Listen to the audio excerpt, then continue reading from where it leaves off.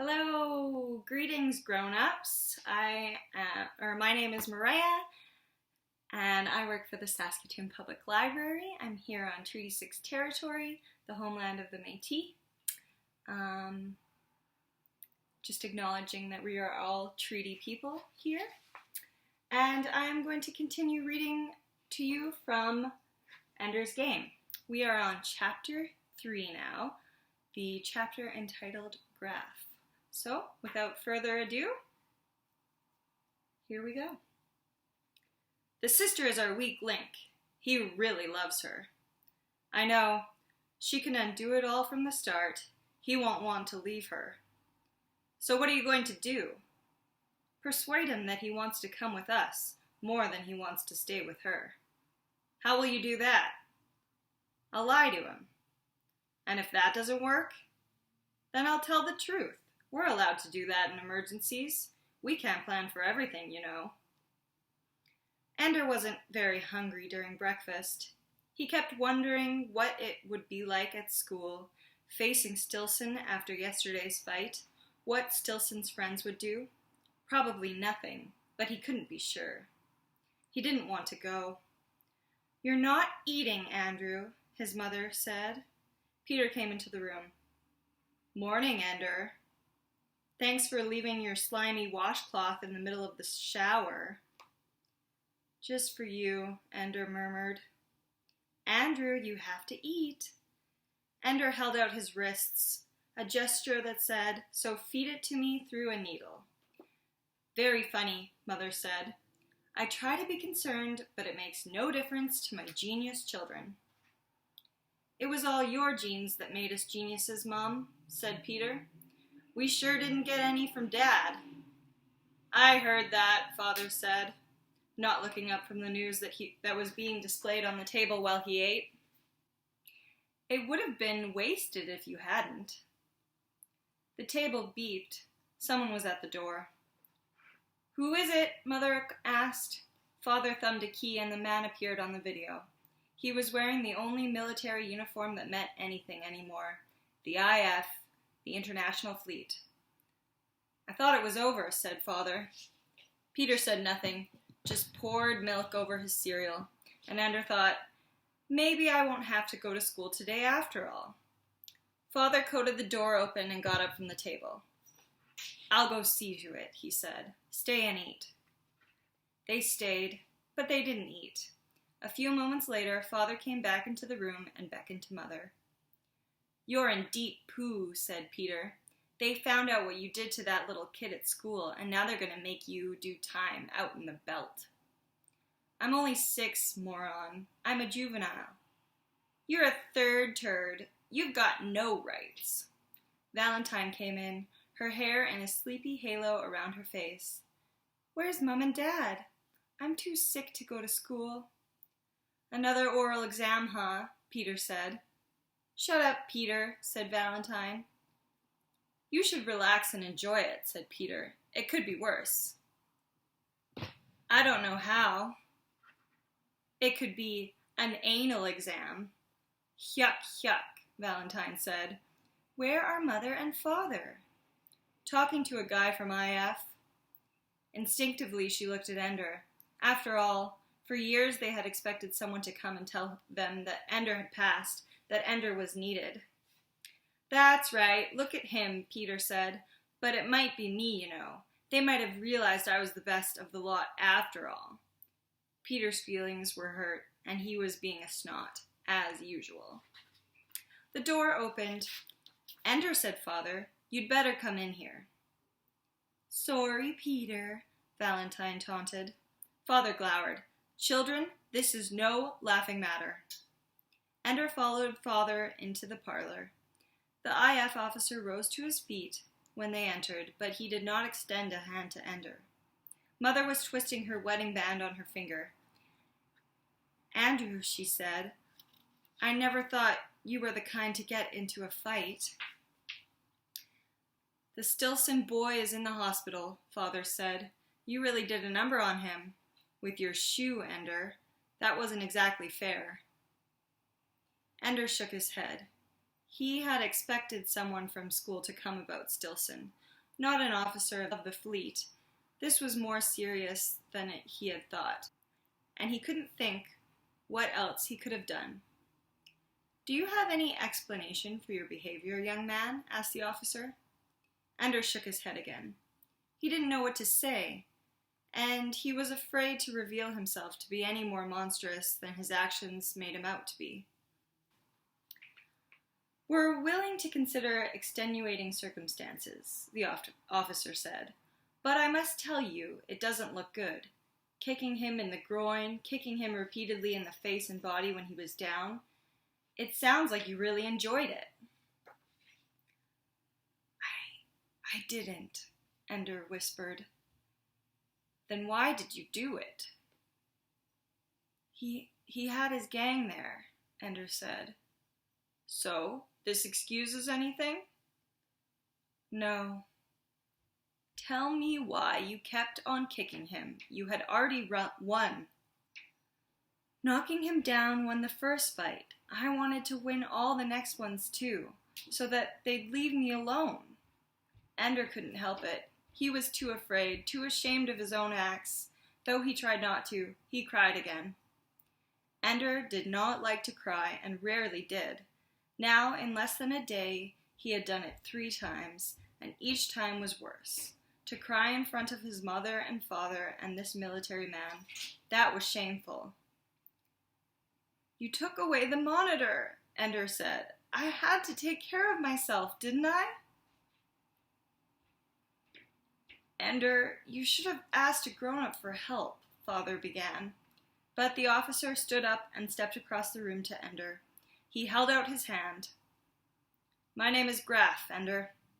Colonel Hiram Graff. I've come to invite you to enter the school." "After all, but the monitor. The final step in your testing was to see what would happen when the monitor came off. We don't always do it that way, but in your case..." "And he passed?" Mother was incredulous. "Putting the Stilson boy in the hospital? What would you have done if Andrew had killed him? Given him a medal?" "It isn't what he did, Miss Wiggin, it's why." Colonel Graff handed her a folder full of papers. "Here are the requisitions. Your son has been cleared by the IF Selective Service. Of course, we already have your consent granted in writing at the time conception was confirmed, or he could not have been born. He has been ours from then if he qualified." Father's voice was trembling as he spoke. "It's not very kind of you to let us think you didn't want him and then take him after all." "And this charade about the Stilson boy," Mother said. "It wasn't a charade, Miss Wiggin. Until we knew what Ender's motivation was, we couldn't be sure he wasn't another... We had to know what the action meant, or at least what Ender believed that it meant." "Must you call him that stupid nickname?" Mother began to cry. "That's the name he calls himself." "What are you going to do, Colonel Graff?" Father asked. "Walk out the door with him now?" "That depends," said Graff. "On what?" "On whether Ender wants to come." Mother's weeping turned to bitter laughter. "Oh, so it's voluntary after all. How sweet." "For the 2 of you, the choice was made when Ender was conceived. But for Ender, the choice has not been made at all. Conscripts make good cannon fodder, but for officers we need volunteers." "Officers?" Ender asked. At the sound of his own voice, the others fell silent. "Yes," said Graff. "Battle school is for training future starship captains and commodores of flotillas and admirals of the fleet." "Let's not have any deception here," Father said angrily. "How many of the boys at battle school will actually end up in command of ships?" "Unfortunately, Mr. Wiggin, that is classified information, but I can say that none of our boys who make it through the first year has ever failed to receive a commission as an officer, and none has retired from a position of lower rank than chief executive officer of an interplanetary vessel. Even in the domestic defense forces within our own solar system, there's honor to be had. How many make it through the first year? Asked Ender. All who want to, said Graf. Ender almost said, I want to, but he held his tongue. This would keep him out of school, but that was stupid. That was just a problem for a few days. It would keep him away from Peter. That was more important.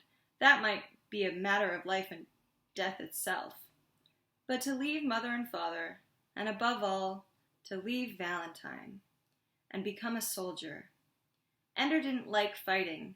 He didn't like Peter's kind, the strong against the weak, and he wasn't like his own kind either, the smart against the stupid. I think, Graf said, that Ender and I should have a private conversation. No, Father said. I won't take him without letting you speak to him again, Graf said, and you really can't stop me. Father glared at Graf a moment longer, then got up and left the room. Mother paused to squeeze Ender's hand. She closed the door behind her when she left. Ender, Graf said, if you come with me, you won't be back here for a long time. There aren't any vacations from battle school, no visitors either. A full course of training lasts until you're 16 years old. You get your first leave under certain circumstances, when you're 12. Believe me, Ender, people change in 6 years. In 10 years, your sister Valentine will be a woman when you see her again. If you come with me. You'll be strangers. You'll still love her, Ender, but you won't know her. You see, I'm not pretending it's easy. Mom and Daddy? I know you, Ender. I've been watching the monitor discs for some time.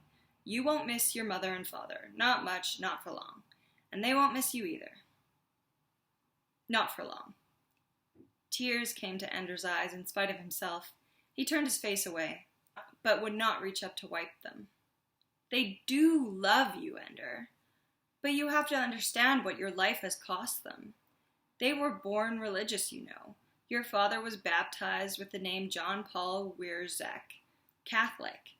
The seventh of 9 children. 9 children? That was unthinkable. Criminal. Yes, well, people do strange things for religion. You know the sanctions, Ender. They were not harsh then, but still not easy. Only the first 2 children had a free education. Taxes steadily rose with each new child. Your father turned 16 and invoked the Non-Complying Families Act to separate himself from his family. He changed his name, renounced his religion, and vowed never to have more than the allotted 2 children. He meant it. All the shame and persecution he went through as a child, he vowed no child of his would go through it. Do you understand? He didn't want me. Well, no one wants a third anymore. You can't expect them to be glad. But your father and mother are a special case. They both renounced their religions. Your mother was a Mormon, but in fact, their feelings are still ambiguous. Do you know what ambiguous means? They feel both ways. They're ashamed of having come from non-compliant families. They conceal it, to the degree that your mother refuses to admit to anyone that she was born in Utah, lest they suspect. Your father denies his Polish ancestry, since Poland is still a non-compliant nation and under international sanction because of it. So you see, having a third, even under the government's direct instructions, undoes everything they've been trying to do. I know that. But it's more complicated than that. Your father still named you with a legitimate saint's name. In fact, he baptized all 3 of you himself as soon as he got you home after you were born. And your mother objected. They quarreled over it each time, not because she didn't want you baptized, but because she didn't want you baptized Catholic. They haven't really given up their religion. They look at you and see you as a badge of pride because they were able to circumvent the law and have a third. But you're also a badge of cowardice because they dare not go further and practice the non-compliance they still feel is right. And you're a badge of shame because at every step you interfere with their efforts at assimilation into normal, complying society. How can you know all this? We monitored your brother and sister, Ender. You'd be amazed at how sensitive the instruments are. We were connected directly to your brain. We heard all that you heard, whether you were listening carefully or not, whether you understood or not. We understand. So my parents love me and don't love me? They love you. The question is whether they want you here. Your presence in this house is a constant disruption, a source of tension. Do you understand? I'm not the one who causes tension. Not anything you do, Ender. Your life itself. Your brother hates you because you are living proof that he wasn't good enough. Your parents resent you because of the past they are trying to evade. Valentine loves me. With all her heart. Completely, unstingingly, she's devoted to you and you adore her. I told you it wouldn't be easy. What is it like there? Hard work. Studies just like school here, except we put you into mathematics and computers much more heavily. Military history, strategy, and tactics, and above all, the battle room. What's that? War games. All the boys are organized into armies. Day after day in zero gravity, there are mock battles. Nobody gets hurt, but winning and losing matter. Everybody starts as a common soldier taking orders. Older boys are your officers, and it's their duty to train you and command you in battle. More than that, I can't tell you. It's like playing buggers and astronauts, except that you have weapons that work, and fellow soldiers fighting beside you, and your whole future and the future of the human race depends on how well you learn, how well you fight.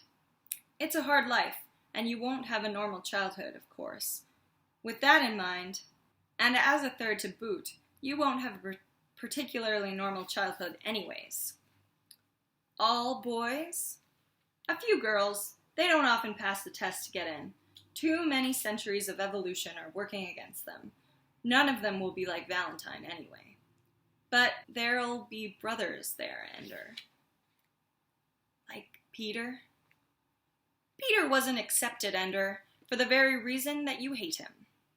I don't hate him, I'm just afraid of him. Well, Peter isn't all bad, you know. He was the best we'd seen in a long time. We asked your parents to choose a daughter next. They would have anyway, hoping that Valentine would be Peter but milder. She was too mild, and so we requisitioned you. To be half Peter and half Valentine? If things worked out right. Am I? As far as we can tell, our tests are very good, Ender, but they don't tell us everything. In fact, when it comes down to it, they hardly tell us anything. But they're better than nothing. Graf leaned over and took Ender's hand in his. Ender Wiggin, if it were just a matter of choosing the best and happiest future for you, I'd tell you to stay home. Stay here, grow up, be happy. There are worse things than being a third. Worse things than a big brother who can't make up his mind whether to be a human being or a jackal. Battle school is one of those worst things. But we need you. The buggers may seem like a game to you now, Ender, but they damn near wiped us out last time. They had us cold, outnumbered, and outweaponed. The only thing that saved us was that we had the most brilliant military commander we ever found. Call it fate, call it God, call it damn fool luck. We had Mazar Rackham. But we don't have him now, Ender. We've scraped together everything mankind could produce. A fleet that makes the one they sent against us last time seem like a bunch of kids playing in a swimming pool. We have some new weapons too, but it might not be enough. Even so, because in the 80 years since the last war, they've had as much time to prepare as we have. We need the best we can get, and we need them fast. Maybe you're not going to work out for us, and maybe you are. Maybe you'll break down under the pressure. Maybe it'll ruin your life. Maybe you'll hate me for coming here to your house today. But if there's a chance that because you're with the fleet, mankind might survive and the buggers might leave us alone forever, then I'm going to ask you to do it, to come with me. Ender had trouble focusing on Colonel Graff. The man looked far away and very small, as if Ender could pick him up with tweezers and drop him in a pocket. To leave everything here and go to a place that was very hard, with no Valentine, no Mom and Dad. And then he thought of the films of the buggers that everyone had to see at least once a year. The scathing of China, the Battle of the Belt, death and suffering and terror, and Mazar Rackham and his brilliant maneuvers destroying an enemy fleet twice his size and twice his firepower, using the little human ships that seemed so frail and weak, like children fighting with grown-ups. And we won. I'm afraid, said Ender quietly, but I'll go with you. Tell me again, said Graff. It's what I was born for, isn't it? If I don't go, why am I alive? Not good enough, said Graff. I don't want to go, said Ender, but I will.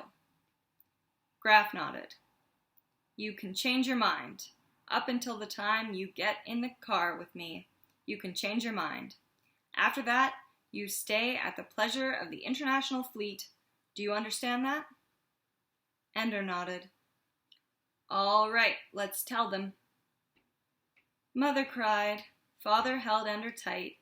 Peter shook his hand and said, You lucky little pin-headed fart-eater. Valentine kissed him and left her tears on his cheek. There was nothing to pack, no belongings to take. The school provides everything you need, from uniforms to school supplies.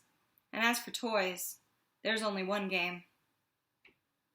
Goodbye, Ender said to his family. He reached up and took Colonel Graff's hand and walked out the door with him. Kill some buggers for me, Peter shouted. I love you, Andrew, Mother called. We'll write to you, Father said. And as he got into the car that waited silently in the corridor, he heard Valentine's anguished cry. Come back to me. I love you forever. All right, my friends. Chapter 4. Launch. With Ender, we have to strike a delicate balance. Isolate him enough that he remains creative. Otherwise, he'll adopt the system here and we'll lose him. At the same time, we need to make sure he keeps a strong ability to lead. If he earns rank, he'll lead. It isn't that simple. Mazar Rackham could handle his little fleet and win. By the time this war happens, there'll be too much, even for a genius. Too many little boats. He has to work smoothly with his subordinates. Oh, good. He has to be a genius and nice, too. Not nice. Nice will let the buggers have us all. So you're going to isolate him. I'll have him completely separated from the rest of the boys by the time we get to the school. I have no doubt of it. I'll be waiting for you to get here. I watched the vids of what he did to the Stilson boy. This is not a sweet little kid you're bringing up here. That's where you're mistaken. He's even sweeter than he looks. But don't worry, we'll purge that in a hurry. Sometimes I think you enjoy breaking these little geniuses. There is an art to it, and I'm very, very good at it. But enjoy? Well, maybe. When they put the pieces back afterward, it makes them better. You're a monster. Thanks. Does that mean I get a raise? Just a medal. The budget isn't inexhaustible. They say that weightlessness can cause disorientation, especially in children whose sense of direction isn't yet secure.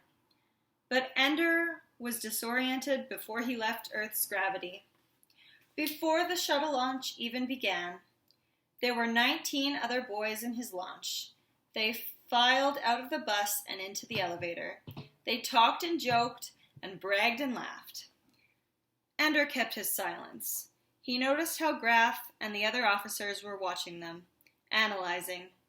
Everything we do means something, Ender realized. Them laughing, me not laughing. He toyed with the idea of trying to be like the other boys, but he couldn't think of any jokes, and none of theirs seemed funny. Wherever their laughter came from, Ender couldn't find such a place in himself. He was afraid, and fear made him serious. They had dressed him in a uniform, all in a single piece. It felt funny not to have a belt cinched around his waist. He felt baggy and naked, dressed like that. There were TV cameras going, perched like animals on the shoulders of crouching, prowling men. The men moved slowly, cat-like, so the camera motion would be smooth. Ender caught himself moving smoothly, too. He imagined himself being on TV in an interview. The announcer asking him, "How do you feel, Mr. Wiggin?" "Actually, quite well, except hungry." "Hungry?" "Oh, yes. They don't let you eat for 24 hours before the launch." "How interesting. I never knew that." "All of us are quite hungry, actually." And all the while during the interview, Ender and the TV guy would slink along smoothly in front of the cameraman, taking long, lithe strides. The TV guy was letting him be the spokesman for all the boys, though Ender was barely competent to speak for himself. For the first time, Ender felt like laughing. He smiled. The other boys near him were laughing at that moment, too. For another reason. They think I'm smiling at their joke, thought Ender. But I'm smiling at something much funnier. "Go up the ladder one at a time," said the officer. "When you come to an aisle with empty seats, take one. There aren't any window seats." It was a joke. The other boys laughed. Ender was near the last, but not the very last. The TV cameras did not give up, though. Will Valentine see me disappear into the shuttle? He thought of waving at her, of running to the cameraman and saying, "Can I tell Valentine goodbye?" He didn't know that it would be censored out of the tape if he did. For the boys soaring out to the battle school were all supposed to be heroes. They weren't supposed to miss anybody. Ender didn't know about the censorship, but he did know that running to the cameras would be wrong.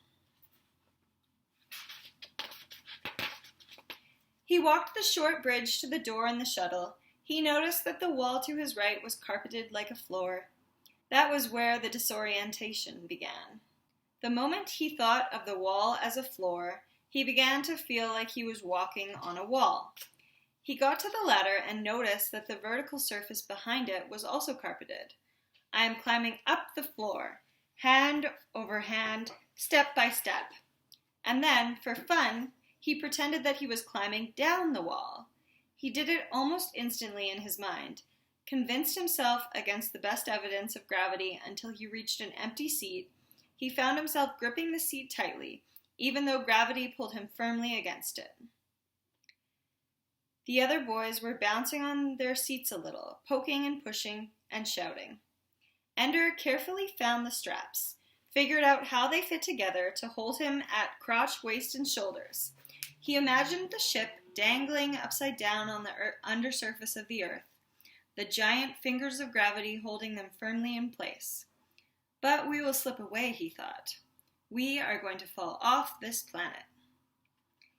He did not know its significance at the time.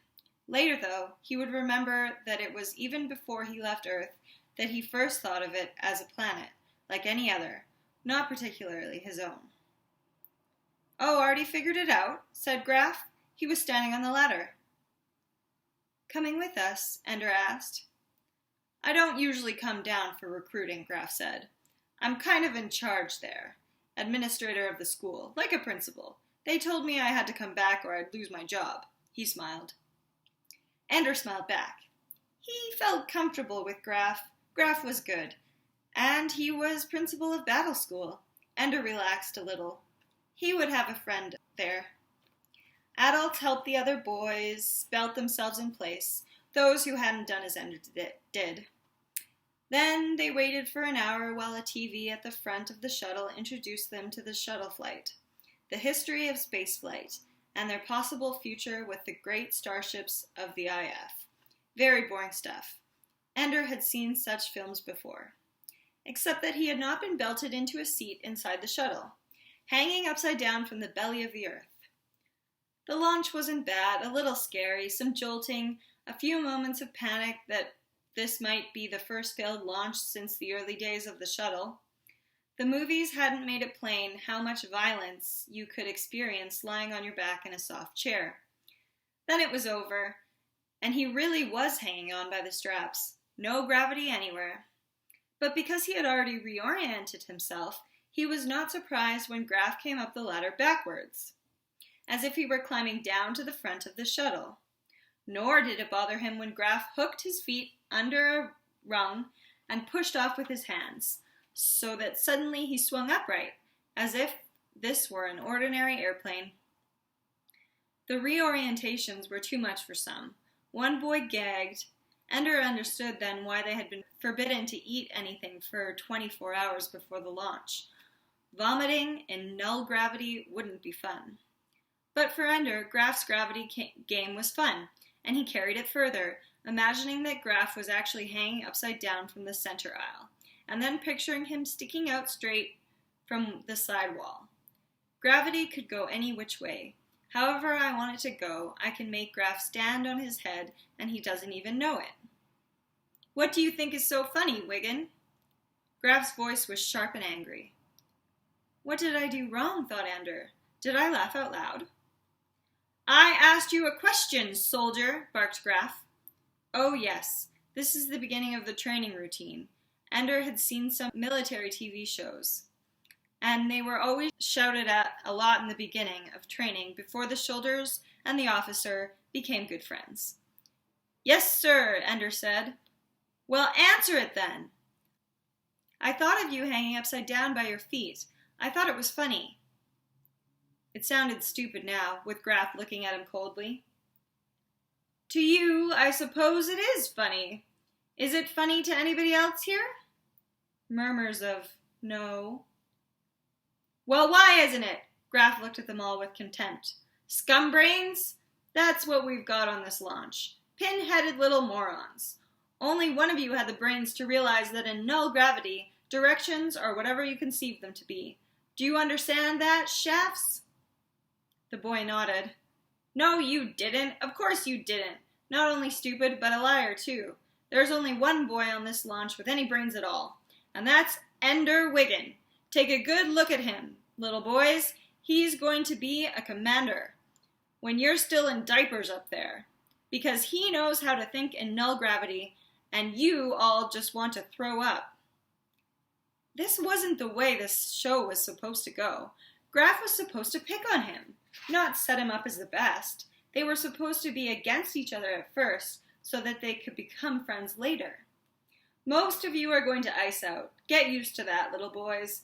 Most of you are going to end up in combat school because you don't have the brains to handle deep space piloting. Most of you aren't worth the price of bringing you up here to battle school because you don't have what it takes. Some of you might make it. Some of you might be worth something to humanity, but don't bet on it. I'm betting on only one. Suddenly, Graf did a backflip and caught the ladder with his hands. Then swung his feet away from the ladder, doing a handstand if the floor was down, dangling by his hands if the floor was up.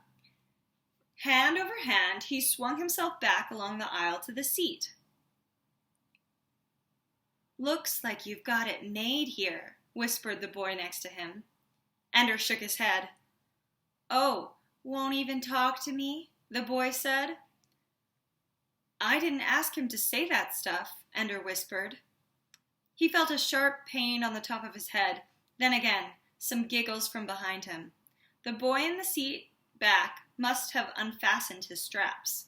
Again, a blow to the head. Go away, Ender thought. I didn't do anything to you. Again, a blow to the head. Laughter from the boys. Didn't Graf see this? Wasn't he going to stop it? Another blow. Harder. It really hurt. Where was Graf? Then it became clear. Graf had deliberately caused it. It was worse than the abuse in the shows. When the sergeant picked on you, the others liked you better. But when the officer prefers you, the others hate you. "Hey, fart eater," came the whisper from behind him. He was hit on the head again. "Do you like this?" "Hey, super brain, is this fun?" Another blow, this one so hard that Ender cried out softly with the pain. If Graf was setting him up, there'd be no help unless he helped himself. He waited until he thought another blow was about to come. Now, he thought, and yes, the blow was there. It hurt, but Ender was already trying to sense the coming of the next blow. Now, and yes, right on time. I've got you, Ender thought. Just as the next blow was coming, Ender reached up with both hands, snatched the boy by the wrist, and then pulled down on the arm hard. In gravity, the boy would have been jammed against Ender's seat back, hurting his chest. In null gravity, however, he flipped over the seat completely, up towards the ceiling. Ender wasn't expecting it. He hadn't realized how null gravity magnified the effects of even a child's movements.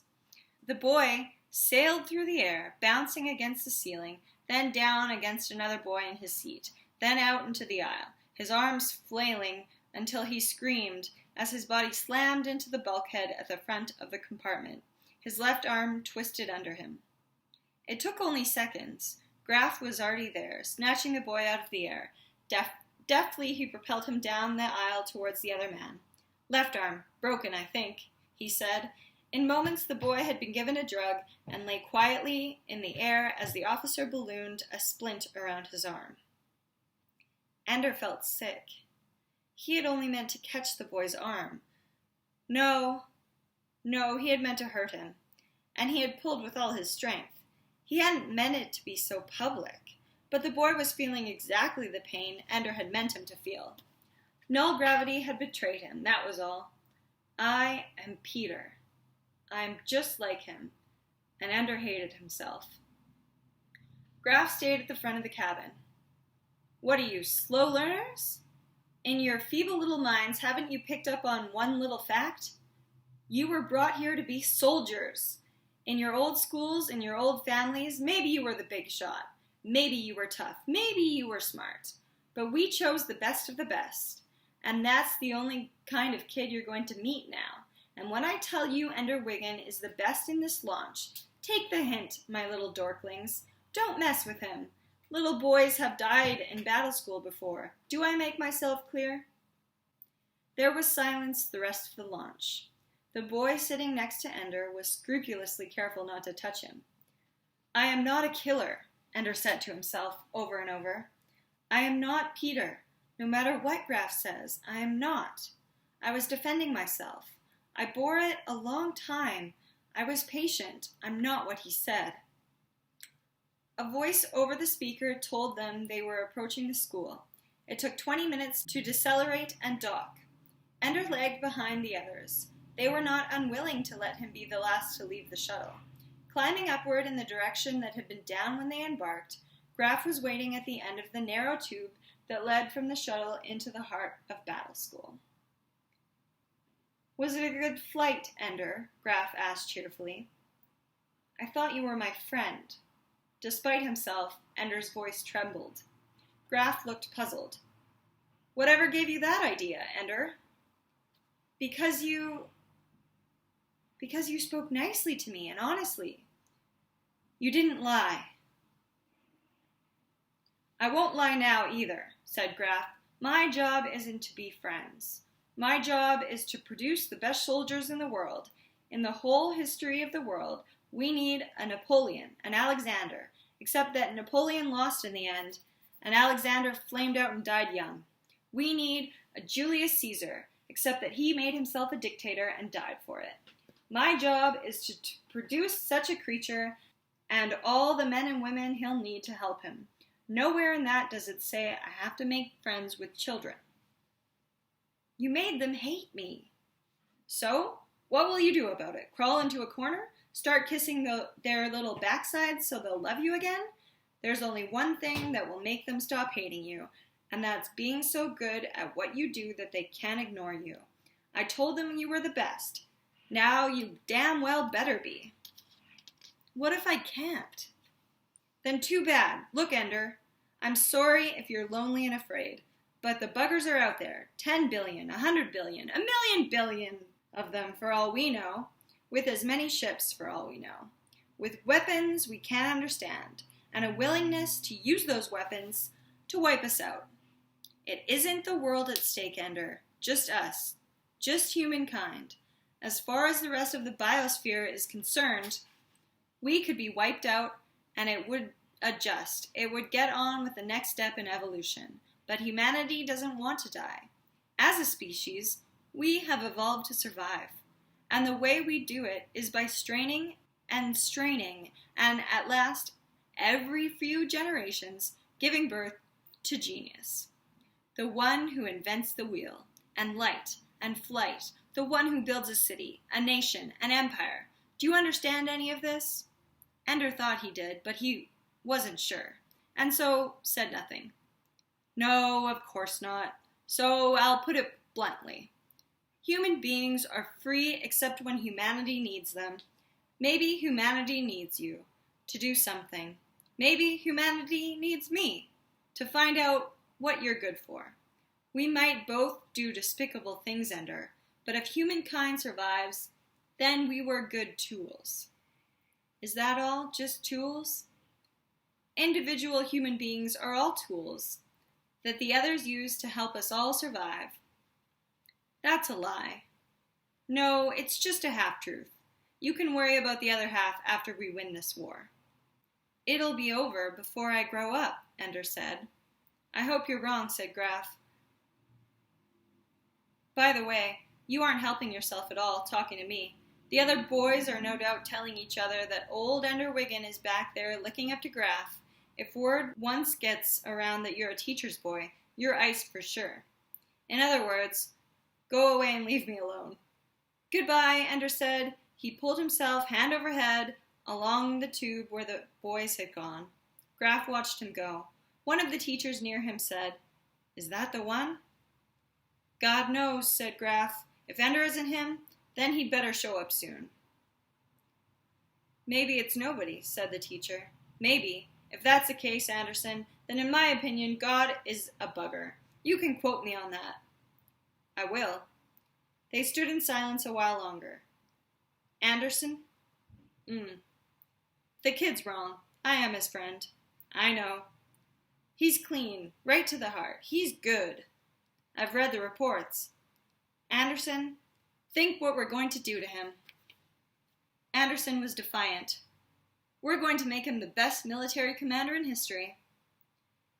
And then put the fate of the world on his shoulders. For his sake, I hope it isn't him. Cheer up. The buggers may kill us all before he graduates. Graf smiled. You're right. I feel better already. And that is the end of Chapter 4. Our next chapter is Chapter 5, Games. And with that tasty tidbit, I'm going to leave you there for next time, when we will be reading Chapter 5, Games, and Chapter 6, The Giant's Drink. 2 very epic chapters, in my opinion. Thanks for joining me again from the Saskatoon Library. My name's Maria. Have a wonderful day. See you next time.